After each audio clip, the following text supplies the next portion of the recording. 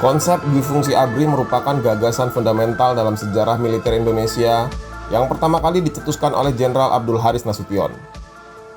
Pemikiran ini tidak langsung diterima begitu saja, tetapi ada perdebatan politik sengit di era Orde Lama sebelum akhirnya diakui juga oleh Presiden Soekarno. Ide duifungsi tentara ala Nasution ini terinspirasi oleh pemikiran Karl von Clausewitz, seorang jenderal Prusia yang menekankan hubungan erat antara perang dan politik. Clausewitz berpendapat bahwa perang bukan sekedar aktivitas militer semata, melainkan alat untuk mencapai tujuan politik. Pandangan ini kemudian diadopsi oleh Nasution dalam merumuskan peran militer dalam kehidupan berbangsa dan bernegara. Dia meyakini bahwa militer tidak hanya berfungsi sebagai alat pertahanan negara saja, tapi juga memiliki tanggung jawab dalam pembangunan nasional. Duifungsi ABRI disebut-sebut sebagai konsep jalan tengah yang menjadi solusi atas konflik dan tarik-menarik kepentingan antara sipil dan militer dalam politik Indonesia di era tahun 1950-an. Sebelum konsep ini diperkenalkan oleh Jenderal Abdul Haris Nasution, situasi politik Indonesia mengalami ketegangan yang cukup tinggi, terutama dalam hubungan antara militer dan pemerintahan sipil. Dan puncak ketegangan antara politisi sipil dan militer terjadi pada 17 Oktober tahun 1952. Ketika itu, tentara menuntut Presiden Soekarno untuk membubarkan parlemen, dan bahkan mereka menekan pemerintahan yang sah dengan mengarahkan moncong meriam ke istana. Mereka juga memobilisasi demonstran yang menuntut Presiden Soekarno untuk membubarkan parlemen. Percobaan setengah kudeta ini dilatar belakangi niat Kepala Staf Angkatan Darat Nasution dan Kepala Staf Angkatan Perang TB Simatupang untuk merasionalisasi militer dari mental tentara gerilya menjadi tentara profesional. Nasution dan Simatupang mengusulkan untuk mendatangkan misi militer Belanda yang ditugaskan secara teknis untuk membantu lembaga-lembaga pendidikan militer Indonesia. Ide ini kemudian ditentang oleh parlemen. Mereka mengeluarkan mosi tidak percaya dan menuntut program Nasution dan Simatupang itu untuk dihentikan. Tidak hanya parlemen yang menolak, para tentara yang menjadi rival Nasution seperti Bambang Supeno dan Zulkifli Lubis juga menolak ide ini. Pada posisi ini nampak terasa persaingan antara para pemimpin militer jebolan Kenil dengan Nasution di belakangnya versus militer jebolan Peta dengan kelompok Zulkifli Lubis sebagai motornya. Mosi tak percaya yang digulirkan oleh Manai Sopian itu akhirnya disetujui oleh parlemen. Rencana Nasution untuk mendatangkan misi militer Belanda pun batal. Para pemimpin militer itu pun marah. Nasution menganggap ini sebagai campur tangan kalangan sipil dalam urusan militer. Mereka tidak terima. Tak lama kemudian, militer melancarkan operasi penangkapan terhadap 6 anggota parlemen. Manai Sopian nyaris diculik dari rumahnya. Sementara kelompok perwira loyalis Soekarno di Jawa Timur berhasil kabur karena tim penyergap yang dipimpin Kemal Idris salah menggerebek rumah. Mayor Kemal Idris ini pula yang nantinya memimpin pasukan yang mengarahkan moncong meriam ke istana. Pada 17 Oktober 1952, saat moncong-moncong meriam tentara mengarah ke istana, Soekarno dan para panglima yang dipimpin Nasution sedang berunding. Nasution menuntut parlemen dibubarkan. Soekarno tidak bergeming, dia marah dan menolaknya. Dia tidak ingin menjadi diktator dan masih percaya dengan demokrasi. Tak hanya itu, Soekarno kemudian keluar istana dan menemui para demonstran yang menuntut pembubaran parlemen. Para demonstran itu digerakkan oleh tentara dengan dukungan tank dan artileri untuk menuntut pembubaran parlemen. Kolonel Zulkifli Lubis, kepala intel negara yang merupakan rival abadi Nasution, kemudian menyusupkan orang-orangnya di dalam para pendemo dan meneriakkan yel-yel hidup Bung Karno. Zulkifli Lubis melakukan upaya kontra intelijen. Akhirnya, para pendemo lupa akan tuntutannya dan malah menyanjung Soekarno. Drama 17 Oktober 1952 itu berakhir antiklimaks. Parlemen tidak jadi bubar dan malah Nasution yang dicopot dari jabatannya oleh Soekarno. Tapi seperti disebutkan oleh TB Simatupang, peristiwa ini menjadi titik tolak hilangnya kepercayaan militer pada politisi sipil. Sejak itulah tentara mulai terlibat politik praktis secara terbuka.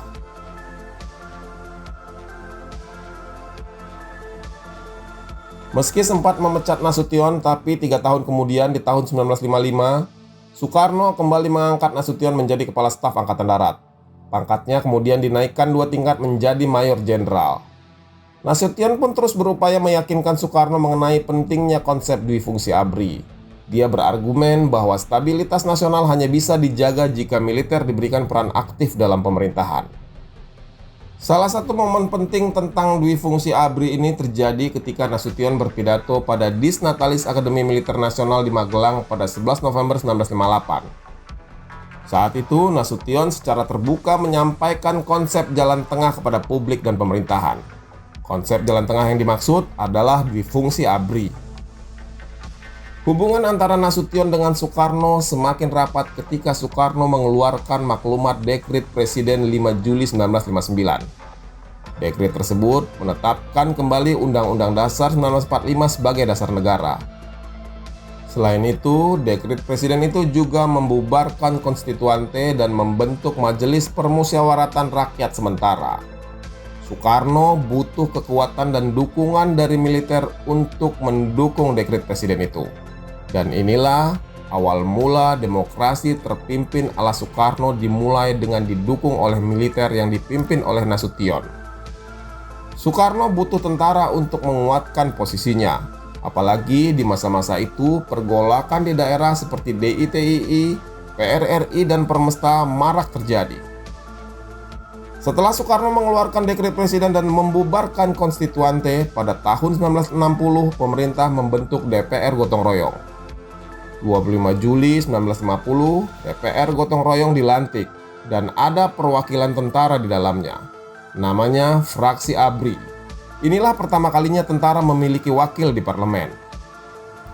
Dari total 283 orang anggota DPR GR itu, sebanyak 35 orang adalah perwakilan tentara. Seiring berjalannya waktu, jumlah anggota DPR meningkat, maka meningkat juga wakil dari tentara. Pada tahun 1967, setelah PKI dihabisi, jumlah anggota fraksi ABRI menjadi 43 orang, tetap dengan persentase 12%. Barulah pada tahun 1968, persentasenya naik menjadi 18%. Pada pemilu 1971, terdapat 75 orang anggota fraksi ABRI dari total 450 anggota DPR. Dari 75 orang itu, 28-nya adalah perwira tinggi dari berbagai angkatan. 32 orang berpangkat kolonel, sisanya berpangkat perwira pertama mulai dari letnan sampai kapten.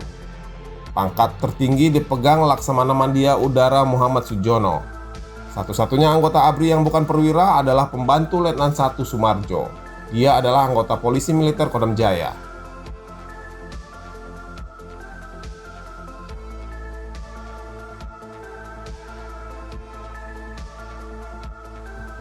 Ketika Soeharto berkuasa pada tahun 1966, dia melihat dwi fungsi ABRI sebagai alat untuk mengukuhkan kekuasaannya. Berbeda dengan masa Soekarno, di mana konsep ini masih dalam tahap awal dan bersifat kompromistis, Soeharto menerapkannya dengan brutal dan sistematis.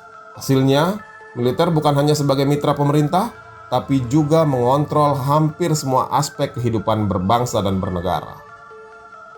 Dwi fungsi ABRI benar-benar dimatangkan, dimaksimalkan, dan dilencengkan oleh Presiden Soeharto. Semua lini tersentuh oleh tentara. ABRI terlibat dalam pemerintahan, birokrasi, dan kehidupan sipil pada masa itu. ABRI bahkan memegang posisi strategis dalam mengendalikan arah partai politik seperti Golkar. Dwi fungsi ABRI di era Orde Baru melenceng jauh dari cita-cita Nasution. Ketika itu militer berada di semua lini, tidak hanya sebagai anggota DPR dan MPR saja. Gubernur, bupati, dan wali kota sebagian besar berasal dari ABRI. Biasanya untuk level gubernur akan dijabat perwira tinggi berpangkat mayor jenderal, sementara bupati dan wali kota dijabat perwira menengah berpangkat kolonel. Saat itu tidak ada pemilihan kepala daerah langsung. Semua adalah wewenang DPRD untuk mengusulkan calon yang harus disetujui oleh Soeharto. Jika tidak ada restu Soeharto, maka meski memenangkan pemilihan tetap akan dibatalkan. Hal seperti ini pernah terjadi pada Ismail Suko, calon gubernur Riau di era Orde Baru. Pada 2 September 1985, Ismail Suko maju sebagai kandidat gubernur Riau melawan saingannya gubernur petahana Mayor Jenderal Imam Munandar. Imam Munandar dicalonkan oleh Golkar. Tapi di luar dugaan, Ismail yang berlatar belakang birokrat sipil ternyata berhasil memenangkan pemilihan gubernur di DPRD Riau. Soeharto tidak suka dengan kemenangan Ismail Suko. Ismail Suko ditekan agar mundur. Mau tidak mau, Ismail Suko harus mundur. Akhirnya meski kalah dalam pemilihan di DPRD Riau, Imam Munandar yang dari ABRI tetap dilantik menjadi Gubernur Riau untuk kedua kalinya. Golkar yang saat itu menjadi salah satu penyokong pilar kekuasaan Soeharto memang selalu mendapat dukungan dan sokongan militer untuk memenangkan pemilu. Cara-cara curang dilakukan untuk selalu dapat memenangkan Golkar dalam pemilu. Ini dilakukan terang-terangan oleh tentara pada masa itu. Kepala Staf Angkatan Darat Jenderal R. Hartono pada saat temu kader Golkar di Karanganyar tahun 1996 bahkan berani menyebut di balik baju hijau tentara setiap anggota ABRI adalah kader Golkar. Sebuah pernyataan yang langsung menjadi kontroversi pada saat itu. Ketika tentara sebagai alat negara yang diberi wewenang memegang senjata sudah tidak netral dan berpihak, sudah pasti demokrasi yang ditampilkan adalah demokrasi semu dan palsu. Di era Orde Baru, Soeharto menjadi diktator yang memanfaatkan kekuatan militer dengan dalih dwi-fungsi ABRI. Karena militer memiliki kewenangan besar dalam politik, maka mereka sering melakukan tindakan represif untuk menjaga kepentingan rezim Soeharto. Banyak kasus-kasus pelanggaran HAM yang terjadi akibat dwi-fungsi ABRI itu. Beberapa di antaranya adalah tragedi Tanjung Priok tahun 1984 ketika tentara memberondong umat Islam yang memprotes azas tunggal Pancasila. Lalu, peristiwa Petrus atau penembakan misterius pada awal tahun 80-an, di mana banyak preman dan individu yang dianggap membahayakan stabilitas rezim dieksekusi tanpa pengadilan oleh aparat. Ada juga peristiwa Talang Sari di Lampung pada tahun 1989. Kemudian, peristiwa Santa Cruz di Dili Timor Timur tahun 1991 ketika aparat menembak demonstran pro kemerdekaan Tintin. Dan puncaknya adalah peristiwa penculikan para aktivis di tahun 97-98, di mana peristiwa ini kemudian menjadi klimaks kemuakan rakyat atas rezim militer Soeharto.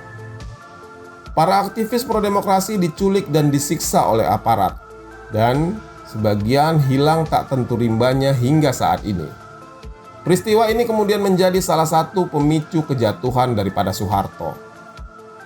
Pada masa Orde Baru, dalih stabilitas dan pembangunan selalu menjadi alasan agar militer dapat menggunakan tangan besi untuk menekan setiap bentuk perlawanan terhadap rezim. Dan ini dimanfaatkan benar-benar oleh rezim Soeharto untuk menguatkan posisinya. Pemanfaatan militer untuk kepentingan rezim ini berakar dari dwi-fungsi ABRI yang melenceng dari cita-cita awalnya.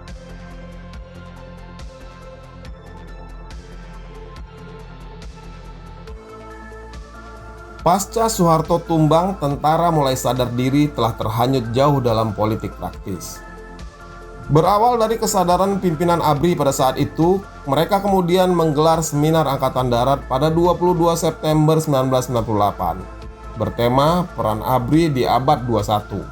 Dalam seminar itu dihasilkan pemikiran untuk melakukan reformasi dalam tubuh TNI.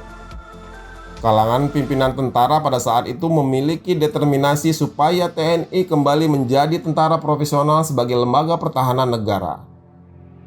Menteri Pertahanan saat itu, Jenderal Wiranto, dibantu oleh Kepala Staf Sospol ABRI, Letnan Jenderal Susilo Bambang Yudhoyono, serta pimpinan TNI lainnya merasa perlu mengurangi peran TNI dalam politik. Mereka pun secara bertahap menarik diri dari kegiatan politik dan pemerintahan. Semangat ini berlanjut dalam kepemimpinan Presiden Gus Dur.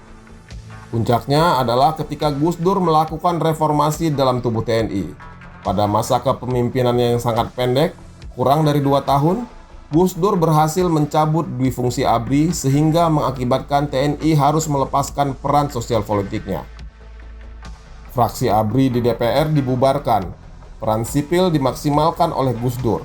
Salah satunya menempatkan sipil sebagai Menteri Pertahanan yang selama ini selalu dijabat oleh militer. Sejak saat itu, militer aktif tidak bisa lagi berpartisipasi dalam politik partisan maupun menempati jabatan sipil.